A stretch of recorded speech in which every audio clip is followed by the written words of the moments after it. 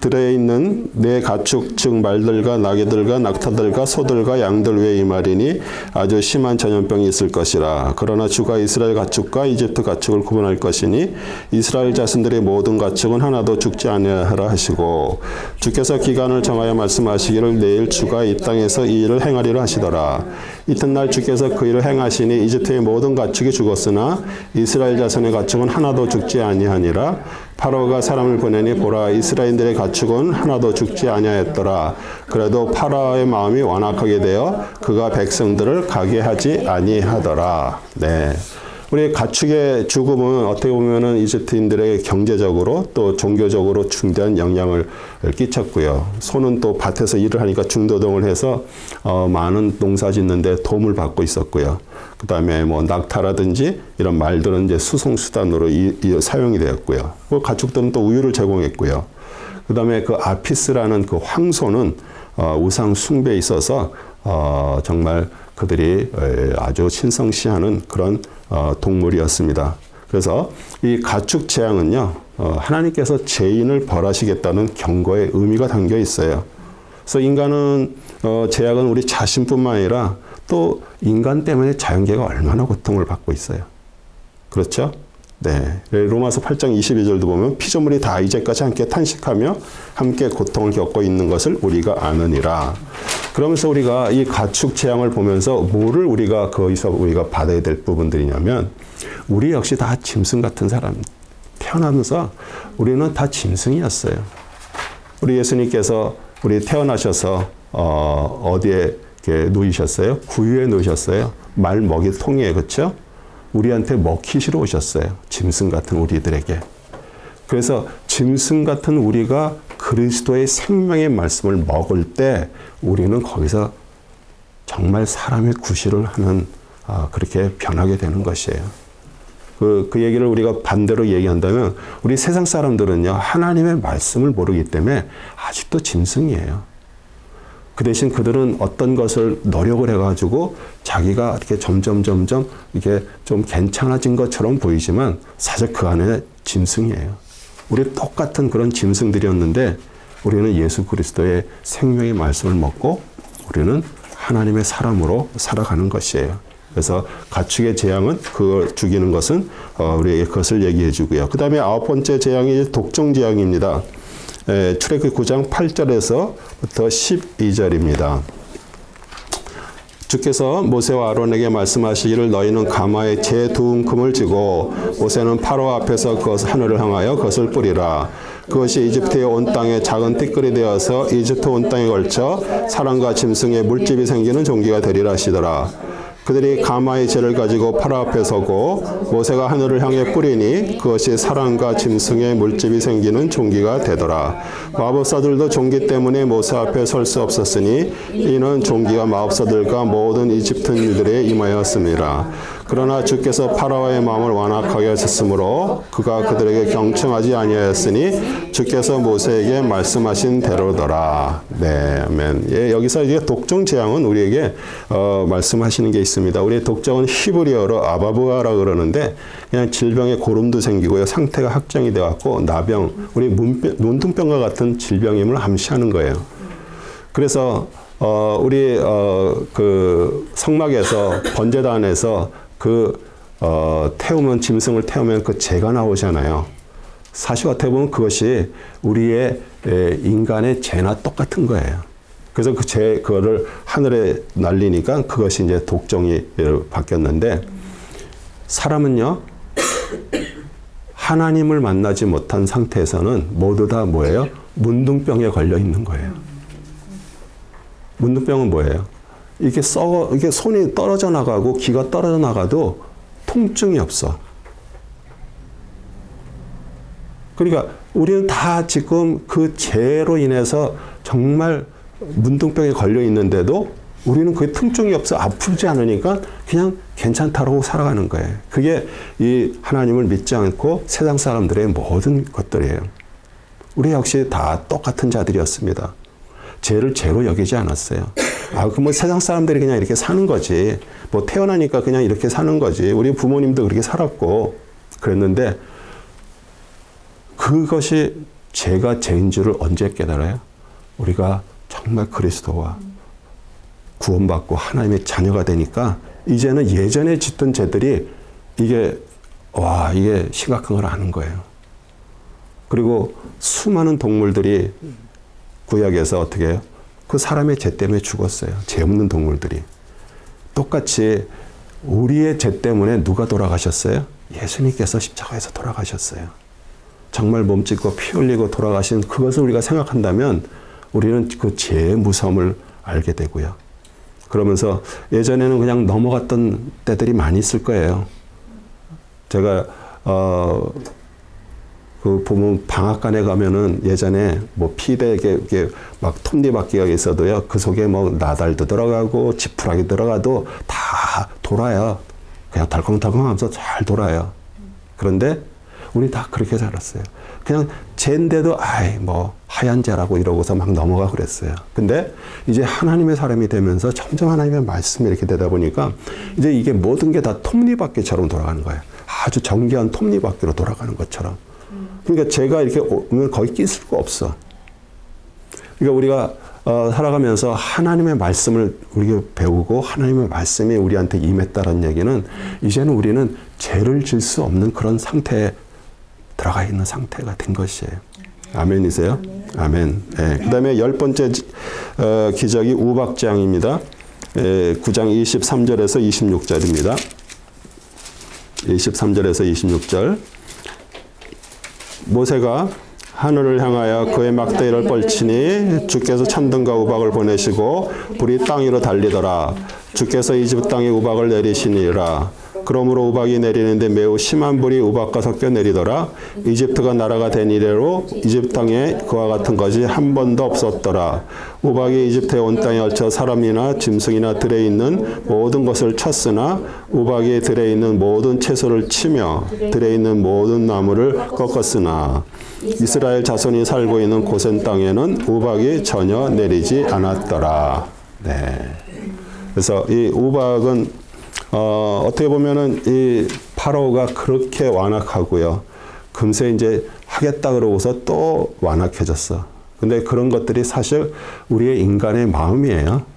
우리는 요번 일만 잘 되면 하나님 앞에 내가 더 하나님을 예배하고 하나님 말씀 읽겠습니다. 그랬지만 또 그 시간이 지나면 우리도 다시 또 옛날같이 똑같아지는 거예요. 그래서 이 파라오의 마음이 사실은 우리들의 마음이었어요. 그런데 이제 점점 우리도 하나님의 은혜 안에서 이제 살게 됐죠. 그래서 파라오도 자신이 죄를 지었다라고 이렇게 얘기하고 주는 의로우시고 나와 내 백성은 악하다고 이렇게 고백을 해서 다시 이제 손을 거두니까 그의 마음이 이제 다시 완악해졌어요. 그리고 우박은 아마 심한 번개를 수반했을 거고요. 대량의 그 어루말들이 이미 폐허가 된 이집트의 들판에 불을 질렀고요. 그래서 이집트 사람들은 분명히 하나님의 말씀을 믿고 그들의 가축과 종들을 들판에서 집으로 불러들였을 것이에요. 그래서 이게 우박이라는 게 우리도 살면서 우박 피해를 보기도 하고 그러잖아요. 저희 교회도 지붕에 우박이 떨어져 가지고 겉으로 볼 때는 그게 별로 아닌데 이렇게 사진을 위에서 이렇게 항공 사진처럼 이렇게 딱 찍으니까 그게 움푹움푹 파인 게 이게 보이더라고요. 그래서 이렇게 이제 보험회사에서도 갈았는데 우박은 그냥 이렇게 동그란 게 처음부터 이렇게 동그래지는 것이 아니에요. 조그만 게 내리다가 다시 올라가면서 얼고 또 내리다가 얼고 위에 올라가서 얼고 그러다가 이게 무게가 커지면서 이제 이렇게 떨어져 내리는 거예요. 그래서 우박의 단면을 딱 잘라보면 동글동글한 것처럼. 그러니까 그 얘기는 뭐냐면 하나님께서는 계속 우리를 위해서 참으시고 계셔요. 기회를 계속 주시는 거예요. 그런데 이렇게 이제 하나님의 사람 모세가 그렇게 하나님의 말을 전했음에도 불구하고 이 파라오가 말을 안 듣자 이제 우박이 내리면서 완전히 이집트가 초토화가 됐죠. 그 다음에 이제 11번째 기적이 메뚜기 재앙입니다. 10장 13절에서 15절입니다. 10장 13절에서 15절. 모세가 이집트 땅 위에 그의 막대기를 앞으로 뻗치니 주께서 그 땅 위에 온 낮과 온 밤 동안 동풍을 일으켰으며 아침이 되자 동풍이 메뚜기들을 몰고 왔더라. 메뚜기들이 이집트 땅 전역에 올라와서 이집트의 전 지경 내에 내리니 그것들이 매우 심하더라. 그와 같은 메뚜기들은 그들 전에도 없었으며 그들 후에도 없었을 것이라. 메뚜기들이 온 지면을 덮으니 땅이 어두워지고 우박이 남긴 그 땅의 모든 채소와 나무에 달린 모든 열매를 먹었으니 이집트 땅 전역에 걸쳐 나무나 들의 채소들 중에 푸른 것은 전혀 남아있지 않더라. 네. 정말 이 메뚜기 이렇게 유튜브 같은 것도 보신 분들이 있을 거예요. 정말 어마어마하고요. 이게 그 하늘을 이렇게 덮으면 거의 하늘이 가릴 정도로 수천 킬로까지도 이렇게 되면서 그렇게 아주 피해도 심하고요. 그들이 한번 휩쓸고 지나가면 푸른 게 없을 정도로 모든 기후변화 다 하나님의 손 안에 있습니다. 아무리 문명 국가라도요, 폭설, 폭우, 폭풍, 자연재해를 막지 못해요. 그래서 메뚜기가 그렇게 내려와서 엄청난 이제 피해를 줬는데, 사실 이 메뚜기 재앙은 우리에게 무엇을 얘기할까요?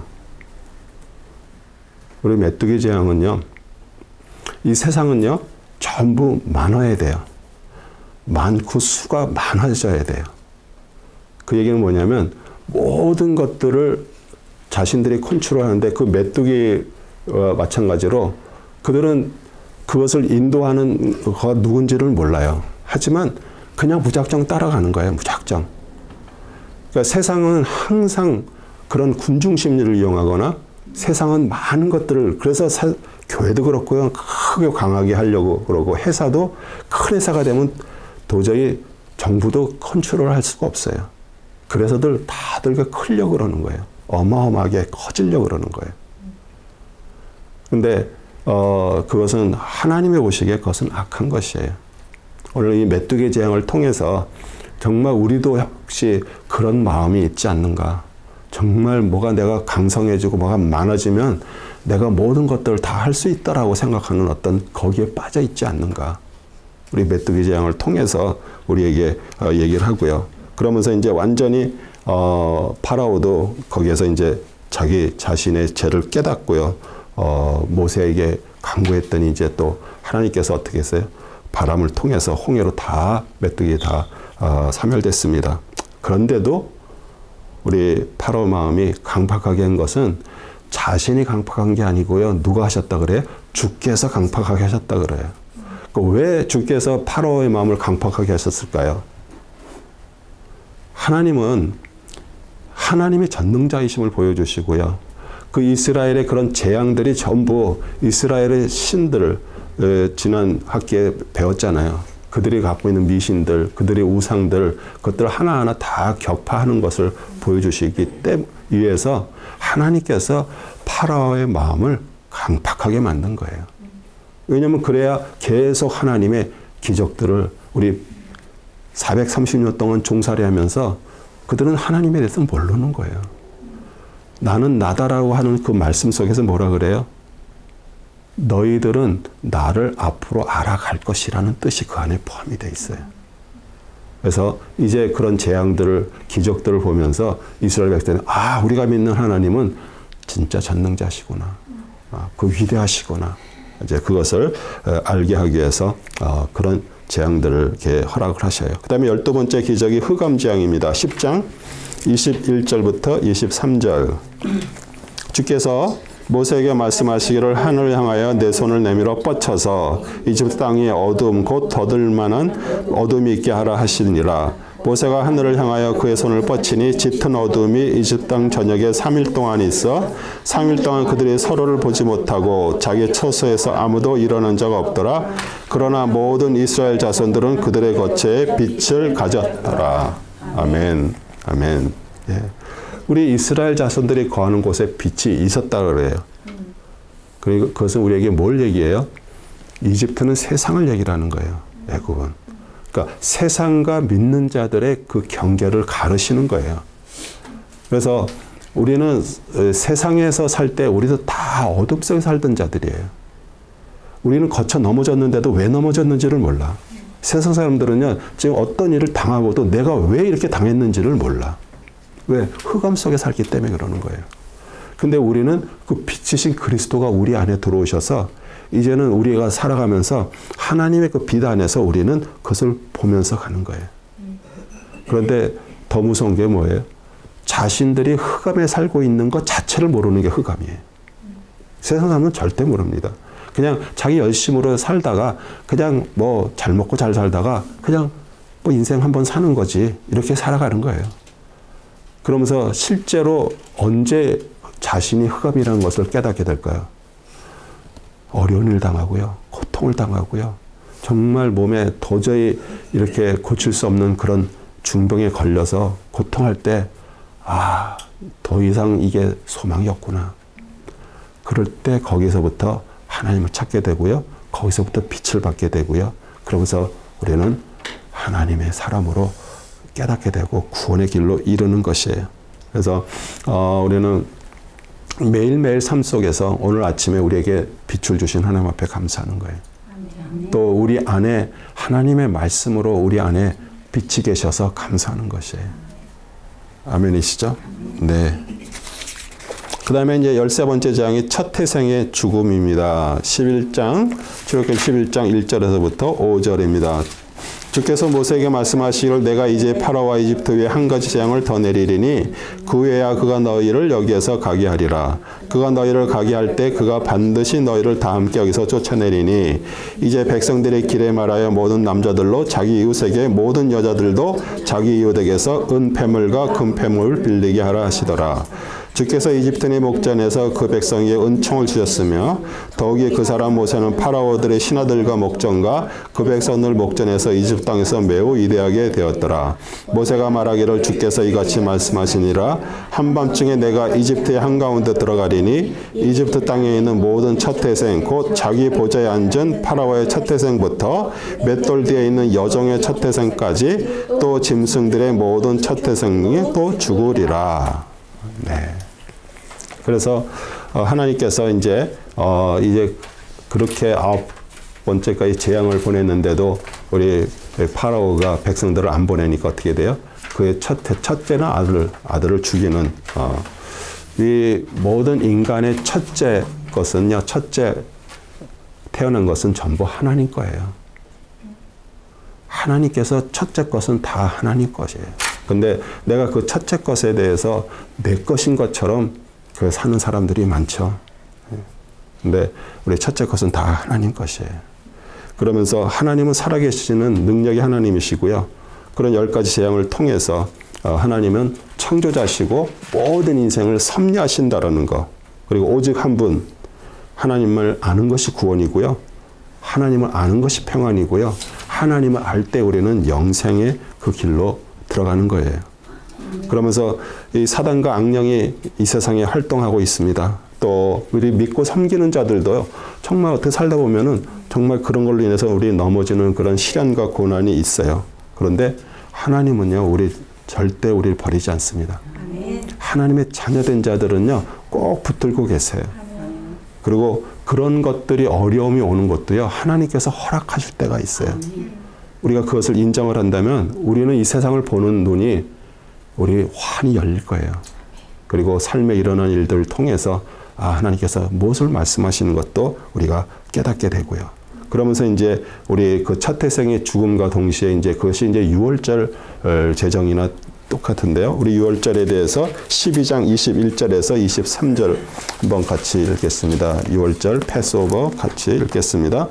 그때 모세가 이스라엘 모든 장로들을 불러서 그들에게 말하기를 너희는 너희 가족 수대로 어린 양 한 마리를 골라내어 가져다가 유월절 양으로 잡고 우슬초 다발을 만들어 대야에 있는 피에 적셔서 대야에 있는 피로 문 임방과 양쪽 기둥에 뿌리고 너희 중 아무도 아침까지 자기 집 밖으로 나가지 말지니라. 주께서 이집트인을 치려고 두루 다니시리니 문 임방과 양쪽 기둥의 피를 보시면 주께서 그 문을 지나실 것이며 멸망시키는 자로 너희 집에 들어가서 너희를 치도록 허락하지 아니할 것임이라. 너희는 이것을 너와 내 아들들에게 율례로 삼아 영원히 지킬지니라. 너희가 주께서 약속하신 대로 너희에게 주실 그 땅에 가면 이 의식을 지킬지니라. 아멘, 아멘. 우리 6월절은 패스오버죠. 죽음의 천사가 넘어갔어요. 뭐 때문에요? 그 문 인방 양쪽 포스트에 또 위에다가 우슬초는 식물 같은 건데 어떻게 보면 이렇게 찍어서 바를 수 있도록 그래서 피를 찍어서 이렇게 발랐어요. 그래서 죽음의 천사가 와서 그 피를 바른 곳은 넘어갔어요. 유월했어요. 우리에게 무엇을 얘기해요? 그리스도 예수 보혈의 피를 말하는 것이에요. 그 피가 있는 곳에 죽음의 천사가 넘어가는 것이에요. 그래서 이집트인들은 그걸 모르니까 그 안에 있는 첫 번째 난 것들, 첫 태생은 다 죽었고요. 그 가축까지도 다 죽었어요. 그러면서 6월절 양은 뼈를 꺾지 말아야 했습니다. 우리 예수 그리스도께 그게 적용이 됐는데요.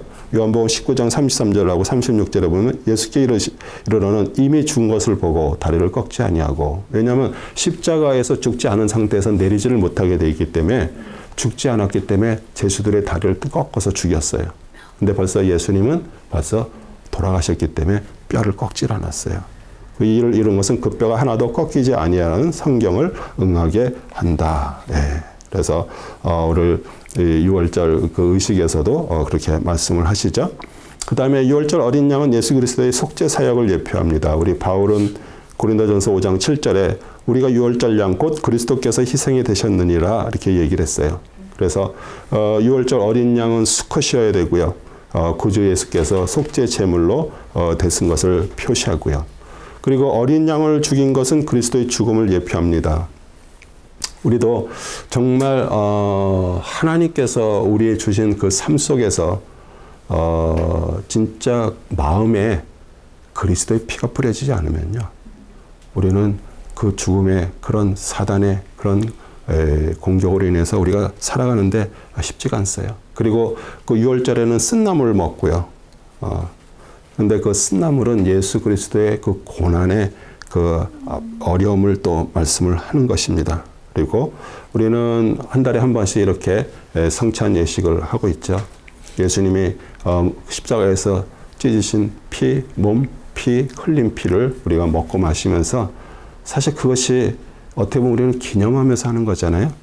그런데 그것이 우리 안에 들어와서 나에게 완전히 소화가 돼서 나랑 하나가 되기를 원하는, 하나님이 예수 그리스도 안에 있고요, 그리스도 안에 하나님이 계신 것처럼 우리 안에 그리스도를 통해서 우리가 하나가 되는 것을 우리가 얘기를 하는 것입니다. 여러분, 이제 출애굽 후에 승리하시는 주님, 우리 14장 13절부터 16절입니다. 14장 13절부터 16절. 모세가 백성들에게 말하기를 너희는 두려워 말고 가만히 서서 주께서 오늘 너희에게 보여주실 주의 구원을 보라. 너희가 오늘 본 이집트인들은 다시는 영원히 보지 못하리라. 주께서 너희를 위하여 싸우시리니 너희는 가만히 있을지어다 하더라. 주께서 모세에게 말씀하시기를 너는 어찌하여 내게 부르짖느냐? 이스라엘 자손에게 말하여 앞으로 나가게 하고 너는 내 막대기를 들어 내 손을 바다 위로 뻗쳐 그것을 가르라. 그리하면 이스라엘 자손들이 바다 가운데를 통과해서 마른 땅 위로 가리라. 아멘, 아멘. 우리 모든 전쟁하고 싸움은요, 우리 사람에게 속한 것이 아니에요. 하나님 앞에 속한 것이에요. 그래서 우리는 두려워하지 말아야 돼요. 왜냐하면 어떤 위기에서도 하나님께서 그 일을 하시는 거예요. 그런데 우리는 살아가면서도요, 작은 우리 싸움이 무슨 어디 전쟁터 나가는 게 아니잖아요. 우리는 다 어떤 싸움들이에요? 다 영적인 싸움들을 하고요. 또 같이 살고 있는 가족들, 또 우리 주위에 있는 사람들하고 정말 자꾸 이렇게 싸움이 되는 거예요. 그런데 그것은 우리는 하나님께서 하실 것을 바라보고 우리는 잠잠히 있는 거예요. 아멘이세요? 아멘. 네.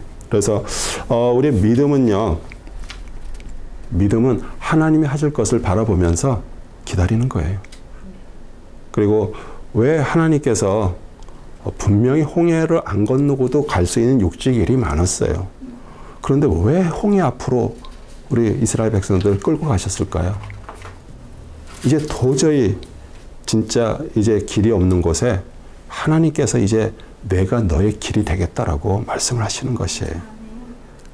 그래서 우리에게 앞에 나가서 이제 싸우시고요. 그리고 이스라엘을 대적하는 자들은 하나님께서 싸워 주실 거고요. 그 다음에 이제 홍해가 갈라지는 기적입니다. 홍해가 갈라지는 기적. 14장 21절에서 25절입니다. 14장 21절에서 25절. 모세가 바다 위로 그의 손을 뻗쳤더니 주께서 밤새도록 강한 동풍으로 바다를 뒤로 물러가게 하시어 바다로 마른 땅이 되게 하시니 물이 갈라졌더라. 이스라엘 자손들은 바다 한 군데로 통과하여 마른 땅 위로 갔는데 물이 그들에게 오른쪽 왼쪽에서 벽이 되었더라. 이집트인 곧 파라오의 모든 말과 그의 병거들과 기병들이 추격하여 바다의 중간까지 그들을 따라 들어가니 새벽 경점 때 주께서 불기둥과 구름기둥을 통하여 이집트인의 군대를 보시고 이집트의 군대를 불안하게 하시며 그들의 병거 바퀴를 빼시어 그들이 힘겹게 몰고 가게 하시니 이집트인들이 말하기를 이스라엘 앞에서 도주하자. 주께서 그들을 위하여 이집트인들을 대적하여 싸우시는다 하더라. 네. 그래서 우리 이스라엘 백성들은 하나님의 그 작전과 뜻 가운데서 이집트에서 나왔음에도 불구하고 어떻게 했어요? 그 파로와 그 군대 장관들이 그들을 이제 쫓아와서 죽이려고 쫓아오는 것이에요. 그래서 어떻게 보면 우리는 살아가면서도요, 수많은 그런 위기와 어려움과 고난들이 있습니다. 그런데 그 고난을 우리가 우리의 힘으로 통과하는 것이 아니라 우리는 하나님 앞에 맡기는 거예요. 그러면서 주님이 그 일을 하실 것을 저희들이 보는 거예요. 왜냐하면 그분은 전능자십니다. 그리고 우리의 눈이 항상 어디에 고정이 되어야 돼요? 하나님께 고정이 되어야 돼요. 그러면서 이사야서 43장 19절도요. 보라 내가 새 일을 행하리니 이제 내가 나타낼 것이라 너희가 그것을 알지 못하겠느냐. 반드시 내가 광야의 길을 사막에 강을 내리니 이렇게 말씀을 하십니다.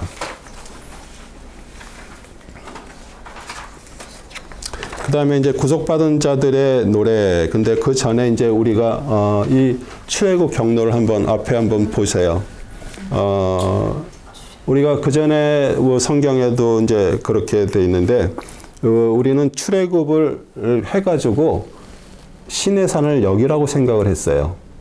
그래서 내려와서 여기서 시내산을 이렇게 했다고 여기서 이게 강야로 갔다라고 이렇게 배웠는데 이게 세월이 흐르면서 모든 증거들이 다 나타나는 거예요. 이쪽으로 내려온 것이 아니고 이쪽 위로 올라와서 내려와서 일로 걷는 거예요. 여기가 홍해예요. 여기도 홍해예요.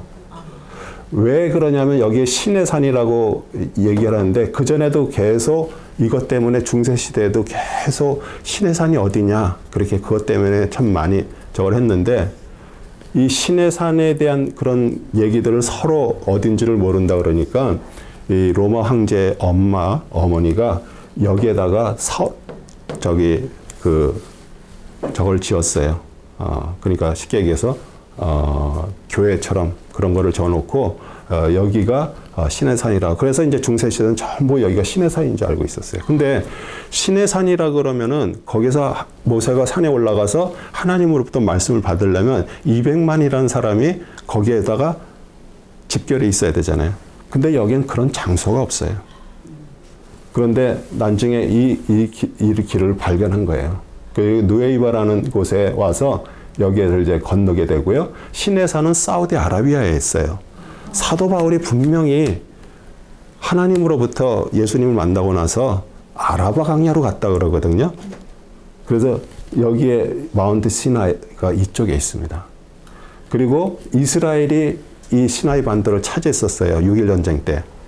왜 그들이 여기서 이걸 점령하고 왜 안 내놨을까요? 여기서 조사를 한 거예요. 계속. 근데 여기에서 그걸 발견하지 못하니까 그냥 다시 돌려줬어요. 그래서 여기 아라비아에 있는 시나이 반도. 근데 우리 김승학 장로라는 분이 사우디아라비아의 그 주치의로 이렇게 있다가 이번에 이제 리타이어 하니까 그 왕이 그러는 거예요. 그러면 너희 소원이 뭐냐? 그러니까 나는 그 왕이, 그러니까 거기는 이제 왕이 여럿이 있으니까 이게 작은 이제 집차를 하나 선물로 주고 거기에 어디든지 통과할 수 있는 그 프레이트를 달라 그랬어요. 그랬더니 그 왕이 그걸 허락을 해줬어요. 근데 이분이 계속 하나님의 사람인데 이 시내산에 대한 그 찾고 싶은 그 간절한 소망이 있었어요. 그래서 이분이 여기 사우디아라비아를 가갖고 다니면서 이 시내산 거기를 찾은 거예요. 그러면 이제 여기를 어떻게 걷는가? 여기 이제 홍해 갈라진 거 이렇게 있죠? 여기 보면 여기 사우디아라비아하고 여기 이집트예요. 여기 부분이 이제 이렇게 된 부분이 마지막 이제 걷는 부분이고요. 여기가 이제 이렇게 여기서 이제 캠프를 치고선 이제 건너가려고 이제 기다리고 있는데 하나님께서 이제 완전히 이쪽으로 이렇게 모르신 거죠. 그러면은 우리가 그 바다가 깊은데 어떻게 건넜을까? 우리가 이렇게 하잖아요. 그런데 거기에는 어떻게 돼 있냐면 이 양쪽의 계곡 사이로 비가 계속 내리면 흙들이 내려가서 이 부분만 흙들이 퇴적이 돼 갖고서 낮은 거예요. 양쪽엔 엄청 깊어요. 근데 이 부분만 양쪽에서 계속 흙이 내려와 가지고 여기가 퇴적되니까 여기는 그렇게 깊지 않은 그런 바다예요. 그래서 하나님께서 걷는 곳에 수심이 얇아서 이제 계곡부터 강하게 바람을 부으셨어요. 그리고 이것은 사우디아라비아에 있는 기둥, 이거는 이집트에 있는 기둥이에요. 그리고 이거는 솔로몬 왕이 후대에 이곳이 우리 이스라엘 백성이 홍해를 건넌 곳이라고 그렇게 표시를 해놓은 곳이에요. 그런데 이집트에 있는 건 아직도 이렇게 세워져 있는데 사우디아라비아에 있는 데서는 사우디아라비아 사람들이 그걸 철거시켜가지고 그냥 이렇게 표시만 이렇게 해놨어요. 그러면 진짜 그것이 이집트인들이 우리 이스라엘 백성들이 건넜던 곳인가? 이게 기술이 발달하고 장비가 이렇게 되니까 사람들이 그 안에 들어가서 스킨스쿠버를 하면서 했더니 이 안에 병거 바퀴들 그런 것들이 수두룩하게 깔려 있는 것이에요. 그래서 우리는 성경을 이렇게 읽으면서도 무슨 바다로 어떻게 갈랐을까? 양쪽에서 강하게 바람이 하나님께서 불게 하시니까 그 바람 때문에 물이 갈라지는데 거의 건너는 부분은 이렇게 퇴적이 돼가지고 깊지 않은 거예요. 그래서 거기를 건너가게 된 것입니다. 그래서 우리가 사실 제가 이제 나중에 시간이 되면은 이제 거기에 대한 더 자세한 내용도 있고요. 우리가 이제 또 민수기 신명기로 가면은 또 시내산에 대한 것들이 있으니까 이제 그때 또 같이 또 공부를 하겠습니다. 그 다음에 이제 구원받은 자, 구속받은 자의 노래에 대해서 15장 1절에서부터 5절입니다. 이때 모세와 이스라엘 자손들이 주께 이 노래를 노래하고 고하여 말씀드리기를 내가 주께 노래하리니 주께서 영광스럽게 승리하셨으며 말과 그 탄 자를 바닷속으로 빠뜨렸음이라. 주는 나의 힘이여 노래시며 주는 나의 구원이 되셨도다. 주는 나의 하나님이시니 내가 주께 처소를 예비하겠으며 내 조상의 하나님이신 주를 드높이리이다. 주는 전사시여 주는 그분의 이름이로다. 파라오의 병거들과 그 군대를 바닷속에다 던져 넣으시고 그가 택한 대장들도 홍해에 빠뜨리셨도다. 깊은 물이 그들을 덮쳤으니 그들이 돌처럼 바닥에 가라앉았도다. 아멘. 아멘. 우리 주는 나의 힘이십니다. 아멘이세요? 아멘. 우리는 정말 이 성경을 정말 역사적인 사실이고요. 우리가 그전에 그런 장비들이나 과학적인 어떤 그런 게 없다 보니까 그냥 무조건 믿었는데 그게 다 실제로 사실인 것을 우리가 이렇게 알게 되고요. 그러면서 우리는 더욱더 이 성경에 대해서 이거 하나님의 말씀이고 또 하나님은 정말 우리의 힘이 되시고요. 우리의 능력이 되십니다. 그리고 우리는 하나님을 아버지라고 불러요. 멀리 계신 하나님이 아니세요. 정말 우리 생명의 아버지시가 옆에서 계시고요. 우리의 삶의 목적이고요. 또 우리의 최고의 가치가 되십니다. 아멘이시죠? 네. 그 다음에 이제 마라의 쓴물에 대해서 15장 23절에서 26절입니다.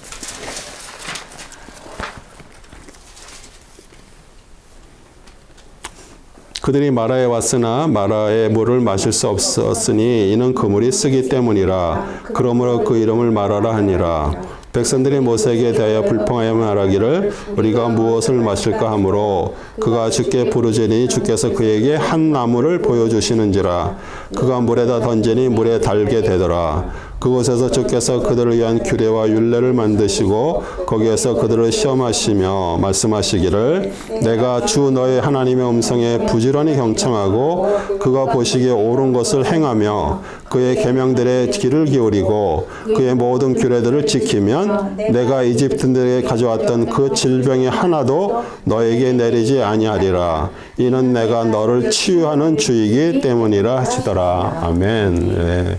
여호와 라파죠. 치유하시는 하나님.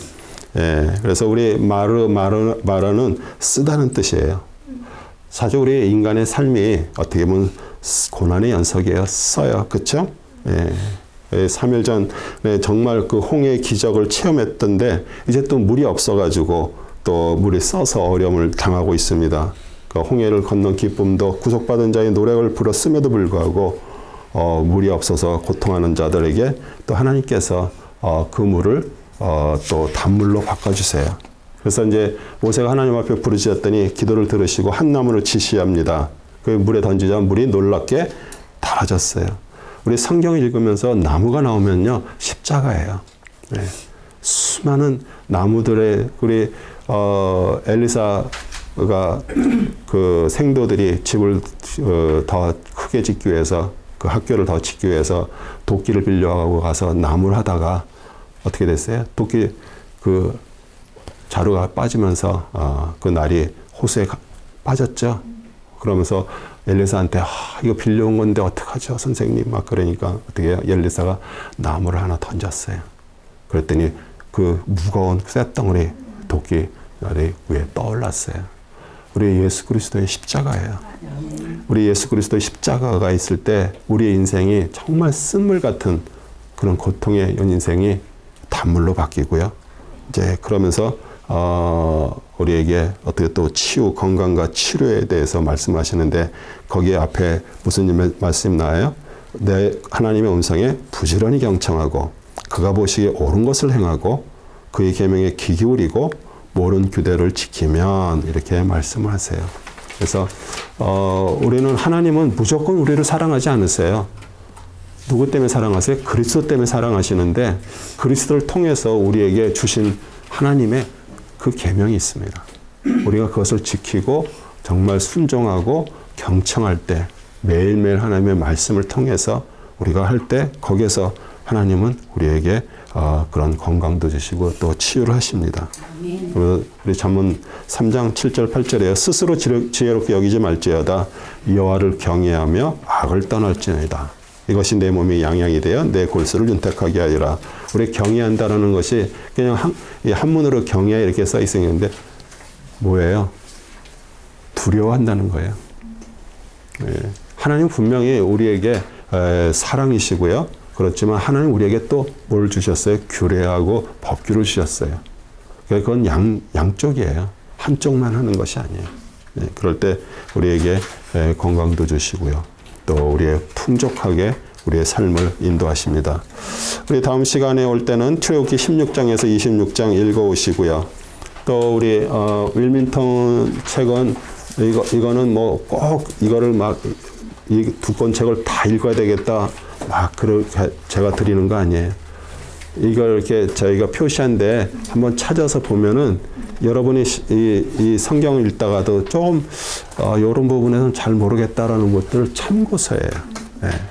그래서 참고서 우리 구약 이거 본문 중심 성경 연구 대해서 이제 읽으시고요.